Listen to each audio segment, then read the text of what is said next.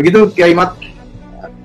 Bagaimana komentar Kiai Mat mengenai peristiwa sekelompok orang yang berkasus dengan Bapak Jokowi mengenai tuduhannya bahwa ijazah Pak Jokowi itu palsu? Mereka sowan atau joint venture dengan Habib Rizik Syihab yang nasabnya terbukti palsu itu. Monggo ya Imat, gimana? Jadi kasus ijazah palsu dengan orang yang nasabnya palsu kan gitu.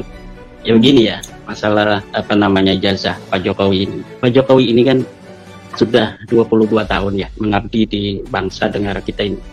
Mulai dari sebagai wali kota Solo ya 2005. Kemudian terpilih kembali di 2010, kemudian 2012 mencalonkan sebagai gubernur di DKI Jakarta, 2014 juga masuk KPU lagi, 2014 sebagai calon presiden, kemudian 2019 beliau menggunakan ijazah itu lagi untuk calon presiden yang kedua. Jadi apa iya gitu? Kan di situ ada KPU yang memverifikasi data-data seorang calon. Apakah KPU di Solo waktu itu begitu bodoh menerima sebuah ijazah yang palsu kemudian diloloskan? Kemudian kalau misalnya waktu pertama itu palsu, apa iya dalam proses politik selama 5 tahun di mana beliau menjadi seorang wali kota kan tentu ada musuh-musuh politik. Kalaulah itu ijazahnya palsu, sementara dia nyalonnya di Solo, tentu kan banyak teman-temannya di Solo juga.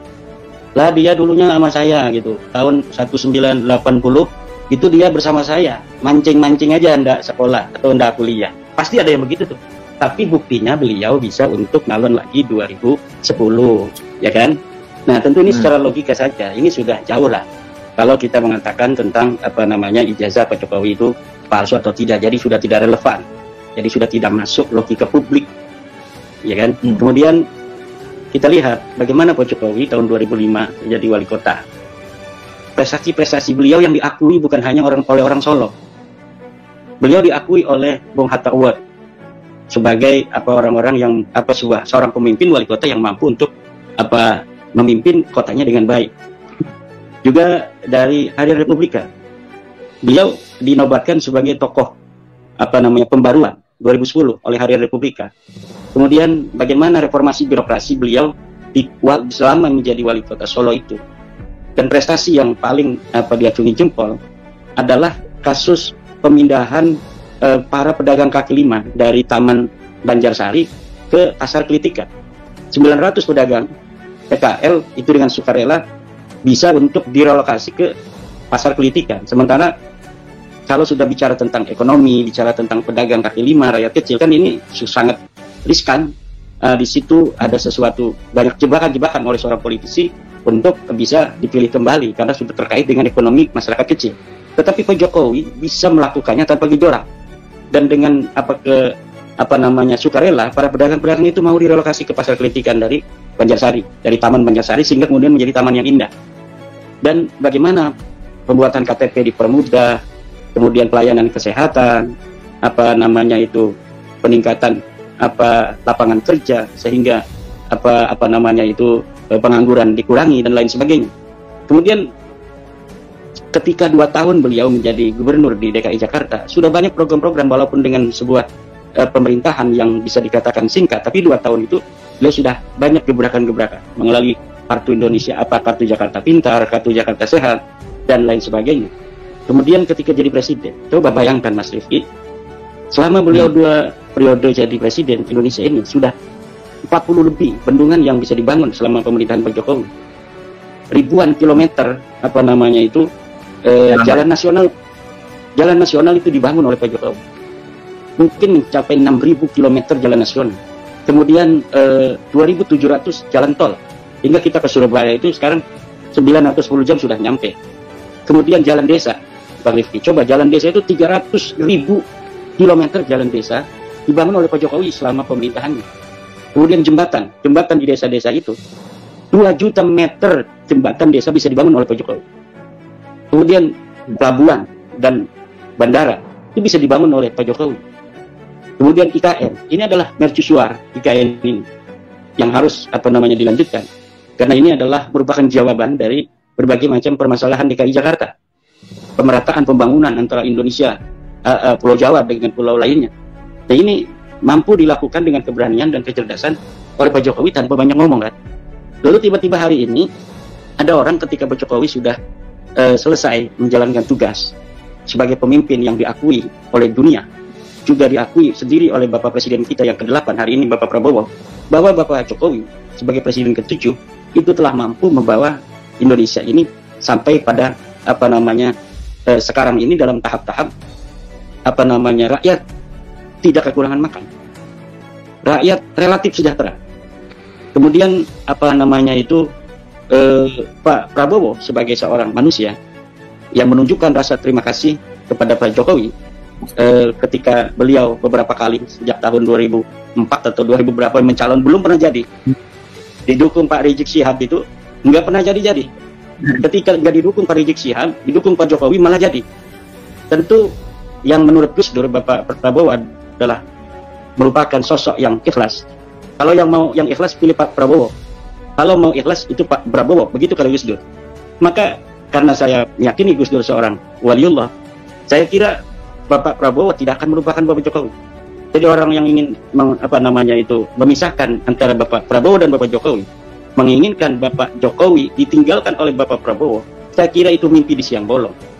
Usaha-usaha ijazah palsu ini dikemukakan, kemudian juga merupakan sebuah upaya-upaya itu. Bagaimana seorang Joko Widodo yang telah membantu Bapak Prabowo sampai beliau menjadi seorang presiden, walaupun tentu dengan kerja-kerja kolektif dari tim Bapak Prabowo yang lain juga. Tetapi saya kira Bapak Prabowo menginsafi bahwa peran Bapak Jokowi dalam menjadikan beliau sebagai presiden itu besar. Nah, dari situ usaha-usaha untuk memisahkan antara Bapak Prabowo dan Bapak Jokowi adalah mimpi di siang bolong. Dan usaha-usaha yang aneh lagi adalah usaha untuk bagaimana Bapak Gibran ini dimajukan sebagai wakil presiden. Bagaimana seorang presiden dan wakil presiden yang dipilih secara sah oleh pemilu yang sah, suara rakyat yang harus dihormati, kemudian tiba-tiba ada beberapa kelompok orang yang meminta kepada Bapak Presiden untuk memazulkan Gibran pasangannya sendiri. Saya kira ini cara berpikir yang yang ada masalah di sana. Nah, kalau dia mempermasalahkan atau mereka mempermasalahkan Bapak Gibran, berarti mempermasalahkan juga Bapak Prabowo. Ketika mempermasalahkan kedudukan Bapak Gibran Rakabuming Raka sebagai wakil presiden yang sah yang dipilih secara demokratis oleh suara rakyat, kemudian dipermasalahkan karena katanya ada sesuatu yang cacat secara secara konstitusi. Seharusnya dipermasalahkannya itu adalah ketika sedang kampanye. Jangan orang-orang yang sekarang menggugat itu bahkan ikut kampanye mendukung calon lainnya. Dia sama sekali tidak mempermasalahkan tentang legitimasi disahkannya Bapak Gibran sebagai calon wakil presiden. Justru ketika sudah selesai tahapan pemilu dan Bapak Gibran ditetapkan sebagai wakil presiden Republik Indonesia, kemudian baru dipermasalahkan dan diusulkan untuk dimansulkan. Tentu Bapak Prabowo sebagai orang yang bijaksana, orang yang cerdas dalam politik, orang yang sudah digembleng di kawah candra di muka kehidupan, bahkan beliau sebagai kesatria Indonesia yaitu sebagai tentara, tidak akan mudah untuk ditekan, tidak akan mudah untuk diberikan masukan-masukan yang tidak masuk akal seperti itu. Dan saya kira kasus ijazah palsu itu kemarin ada kaitan pula dengan upaya-upaya secara politik untuk mendelegitimasi bukan hanya Pak Jokowi sebagai target, juga di situ Bapak Wakil Presiden Gibran Rakabuming Raka juga menjadi target.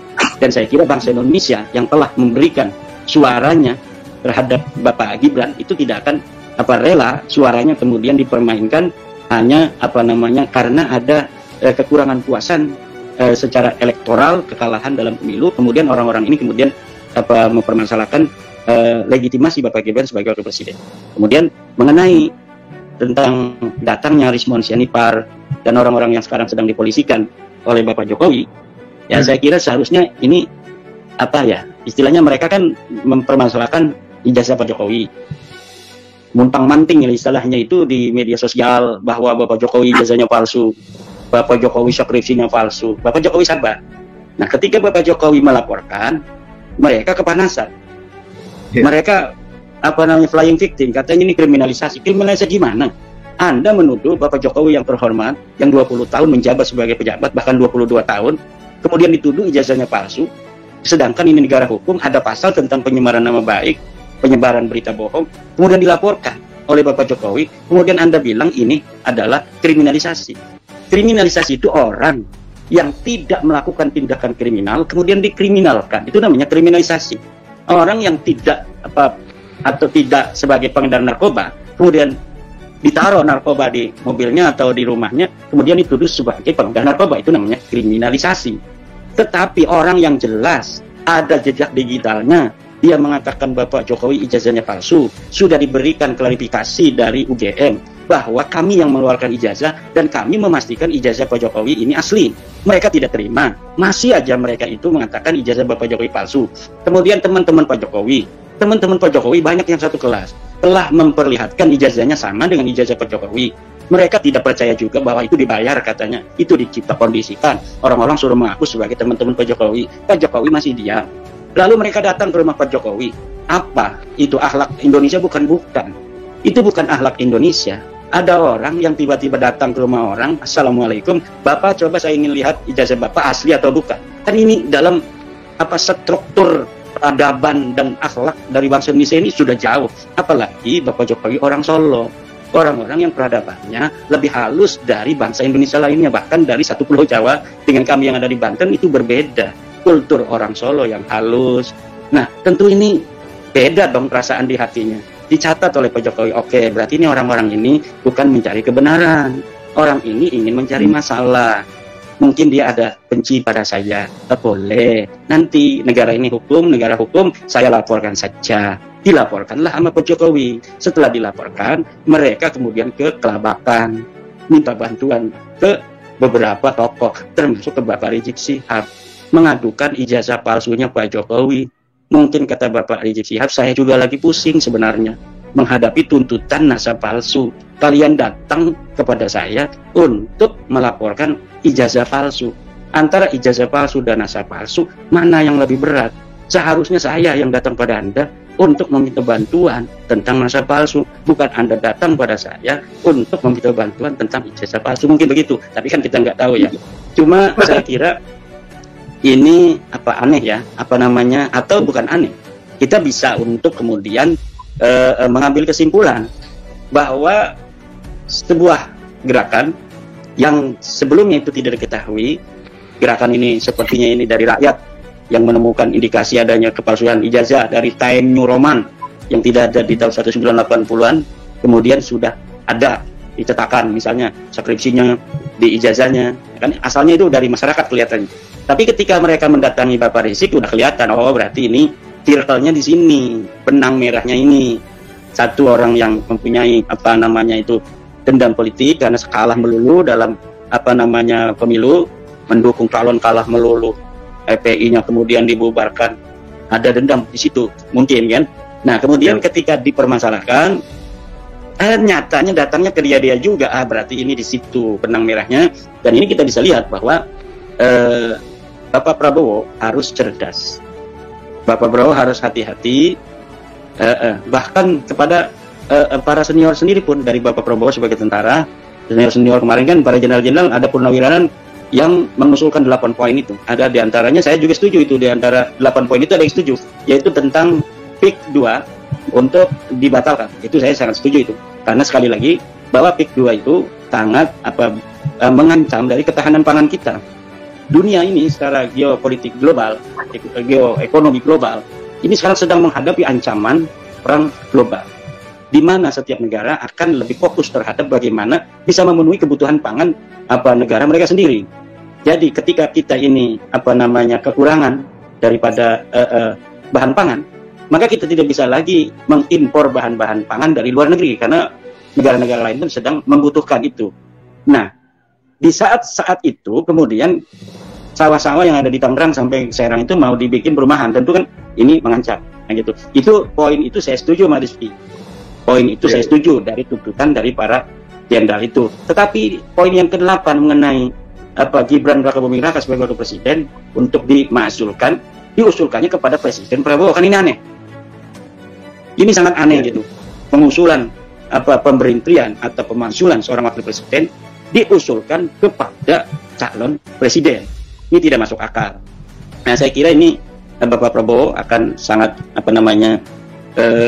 mempertimbangkan dari podcast kita malam hari ini, saya yakin ini bahwa tidak usah dipedulikan usulan dari siapapun tentang usulan pemakzulan wakil presiden. Kita biarkan Bapak Prabowo dan Bapak Gibran selama 5 tahun ke depan untuk membawa negara kita menuju pencapaian-pencapaian sebagai bangsa, sebagai negara, memimpin kita selama 5 tahun. Ayo kita dukung seuyunan seluruh rakyat Indonesia. Dan mengenai usulan-usulan dari kelompok-kelompok, diabaikan saja apabila itu melanggar konstitusi, karena usulan semacam itu tentu yang tidak sesuai dengan konstitusi kita dan mencederai, melukai pilihan masyarakat yang telah dengan sukarela pada saat pemilu menggunakan hak demokratis mereka sebagai warga negara Republik Indonesia. Nah, ini harus kita hormati, ini suara-suara rakyat, suara masyarakat. Nah, kemudian jika nanti 2029 misalnya, ya, Bapak Prabowo dan Bapak Gibran sudah selesai. Nah, ini para orang-orang yang tidak setuju Bapak Gibran, nah itu silakan di situ mainkan politiknya sebelum jadi calon, supaya Bapak Gibran tidak bisa lagi nyalon. Harusnya begitu, gentleman. Jangan sekarang sudah dipilih, sudah jadi wakil presiden, kok dipermasalahkan. Nanti aja, silakan tuh kecerdasan Anda, mainkan politik Anda agar Bapak Gibran tidak bisa lagi mencalonkan, baik sebagai wakil presiden kembali atau sebagai calon presiden. Tetapi hari ini Bapak Gibran itu sudah terpilih secara demokratis melalui tahapan-tahapan pemilu yang demokratis, suara rakyat yang jelas, tidak ada indikasi-indikasi permainan-permainan di tingkat KPU, tidak seperti masa-masa lalu. Tentu mari kita hormati bersama suara masyarakat, suara rakyat ini kita dukung. Dan mengenai ijazah palsu itu, ya sudah jelas itu ada unsur-unsur penghinaan, di situ ada unsur-unsur pencemaran nama baik. Tentu Bapak polisi tidak perlu ragu-ragu untuk menjalankan tugasnya sebagai penegak hukum, untuk menegakkan hukum. Pak Jokowi ini adalah warga negara yang dia mempunyai hak untuk mendapatkan keadilan hukum di mata penegak hukum, yaitu di mana dia sudah merasa dihina, dia bilang sendiri. Nah, beliau sebagai warga negara datang ke polisi untuk mengadukan bahwa saya merasa dihina, dan di dalam undang-undang kita ada pasal pencemaran nama baik. Saya ingin mencari keadilan, tolong untuk proses, karena saya sebagai warga negara Republik Indonesia. Demikian Mas Rizky. Ya, Mas. Kalau memang Rizik Syihab itu yakin ijazah Pak Jokowi itu palsu, kemungkinan besar berdasarkan kebiasaan perilaku mereka, Rizik Syihab juga akan memasukkan laporan juga itu. Idealnya ya, kalau memang yakin, ya Rizik Syihab ikut di dalam tim atau bikin laporan yang terpisah tapi dengan kasus yang sama. Tapi faktanya kan tidak ikut-ikut, hanya hanya berkomentar begitu-begitu. Kemudian Kaimat, kalau selain tentu tadi Kaimat sudah menyinggung tentang benang merah antara kelompok yang mempermasalahkan ijazah Pak Jokowi dengan geng Petamburan itu, tapi saya ingin komentar lebih lanjut barangkali untuk memperjelas. Kira-kira menurut Kaimat, apa yang menjadi dorongan motif dari kelompok penuduh ijazah palsu itu, kok sowannya itu ke Rizik Syihab gitu? Apa urgensinya bagi mereka itu? Kira-kira menurut Kaimat bagaimana? Mungkin karena Bapak Rizik dianggap relatif lebih kenal dengan Bapak Prabowo, karena kan dulunya bareng-bareng udah lama tuh waktu nggak jadi terus itu. Ya, jadi ketika didukung oleh Pak Rizik kan nggak jadi tuh. Itu kan tentunya ada perasaan senasib lah dulu gitu. Nah, kemudian Bapak Prabowo mungkin kan mikir, kok waktu didukung Pak Rizik saya nggak jadi, kok didukung Pak Jokowi langsung jadi, ya kan begitu. Nah, berarti ini ada sesuatu nih, kehebatan dari Bapak Jokowi atau kesialan daripada Bapak Rizik dan kelompoknya, kan gitu. Nah, tapi tentu ada sisa-sisa hubungan itu dianggapnya kan. Nggak mungkin orang kok bisa melupakan semuanya. Nah, dari situlah potensi masih adanya hubungan itu, mereka datang dengan harapan bisa untuk membantu mereka agar tidak bisa dijerat oleh kasus hukum yang mereka hadapi dari laporan Bapak Jokowi. Demikian. Atau mungkin Pak Rizman Syihab CS ini ingin supaya Pak Rizik turun ke jalan kembali, turun ke jalan membawa massa demo di depan Mabes Polri bahwa jangan kriminalisasi ulama kita, Syekh Rizman Syihab. Ini kriminalisasi ulama, saudara. Ini mungkin inginnya begitu mungkin Pak Rizman Syihab. Kan timnya juga tim pembela ulama di situ. Tim pembela ulama dan aktivis. Kenapa harus ada ulama? Kan seksi kalau ulama. Untuk membakar emosi masyarakat apa sumbu pendek itu. Kalau hanya tim pembela aktivis itu kan nggak keren. Tapi kalau ada tim pembela ulama itu agak keren. Makanya seorang Rijal Fadilah yang suka caci maki itu kemudian sekarang pakai peci haji. Karena kalau misalnya Roy Suryo kan jadi lucu kalau dia pakai peci haji kan. Namanya Roy Suryo, misalnya Kiai Haji Roy Suryo. Jadi kan nggak lucu. Tapi kalau Pak Rijal Fadilah kan dari namanya masih ada bau-bau Arab tuh. Rijal Fadilah. Dia pakai peci haji, Kiai Haji Rijal Fadilah. Jadi adalah itu bau-bau ulama. Maka tim ini disebut tim pembela ulama dan aktivis. Iya. Dengar-dengar itu katanya tiba-tiba ketabrak sepeda motor ya? Ya mungkin itu dari keramatnya Bapak Jokowi ya, sebagai orang yang baik, orang yang selalu diam, ya ditolimi, dicaci maki, beliau diam. Jadi mungkin kan Allah yang tidak rela gitu, Mas Riki. Ya. Baik, terima kasih ya Imat. Ini saya memperhatikan dari komen-komentar yang hadir. Belum ada pertanyaan mengenai topik-topik kita, tapi saya baca teman-teman ya, mohon maklumnya tidak saya bacakan karena waktunya sudah 1 jam. Baik, ya Imat, sebagai closing statement, ya Imat, dipersilakan. Baik, mari kita bersama-sama sebagai warga Indonesia yang baik, menjaga kerukunan, menjaga adat istiadat, tata krama bangsa Nusantara yang diwariskan dari leluhur kita sampai kita hari ini, di mana kita telah disatukan sebagai bangsa Indonesia dalam satu wilayah Negara Kesatuan Republik Indonesia. Kita memiliki nasib yang sama, nasib sebagai bangsa yang pernah dijajah, kemudian kita tumbuh menjadi pribadi-pribadi yang kuat, dan kita berjanji, bertekad untuk tidak bisa lagi kita dan anak cucu kita ke depan menjadi bangsa-bangsa yang dijajah seperti dulu daripada leluhur-leluhur kita selama beberapa ratus tahun. Dan tentu kita sebagai bangsa Indonesia harus belajar dari sejarah. Bagaimana dulu leluhur kita sebelum dijajah menjadi bangsa yang besar, kerajaan-kerajaan yang diakui dunia. Penulis-penulis Portugis itu mencatat bahwa kapal-kapal bangsa Nusantara itu lebih besar daripada kapal-kapal bangsa Eropa. Kemudian jiwa-jiwa yang penuh ketulusan, kata-kata yang sopan santun yang diwariskan, kemudian izzah, harga diri yang diwariskan juga, di mana dulu kita dicatat oleh bangsa-bangsa Portugis dalam Summa Oriental dan lain sebagainya bahwa bangsa kita memiliki jiwa kepedean, jiwa yang penuh dengan kebanggaan sebagai bangsa Nusantara. Di mana kalau ada orang asing datang ke Nusantara, itu mereka harus berjalan lebih rendah daripada bangsa Nusantara sendiri. Dan kalau mereka merasa lebih tinggi, maka ini akan dihajar bahkan sampai dibunuh oleh bangsa Nusantara. Nah, kemudian menghormati pemimpin, menghargai yang lebih tua, itu juga diajarkan oleh bangsa kita, diajarkan oleh leluhur-leluhur kita. Oleh karena itu, bagaimana sekarang kita dalam ruang demokrasi yang telah dibentuk dalam kesepakatan kita sebagai bangsa sejak tahun 1945, tetap memegang erat kebudayaan-kebudayaan kita sebagai bangsa Timur, bangsa Nusantara yang memiliki sopan santun, etika di dalam bagaimana kita mengkritik, bagaimana kita beroposisi atau lain sebagainya. Mari kita tunjukkan kebudayaan kita sebagai bangsa Nusantara, bangsa yang besar di masa lalu, hari ini, dan yang akan datang. Demikian. Baik, terima kasih Kiai Mat. Ini kan tidak penting, tapi keliruan saya menggunakan frase insya Allah pasti itu. Itu maksud saya adalah mengakomodir iktikat yang pasti mau datang, dan insya Allahnya itu untuk mewakili jika syarat-syaratnya dari yang diberikan oleh Kiai Mat, yaitu mewakili Rabitaul Alawiyah untuk hadir, maka terjadilah perdebatan tersebut.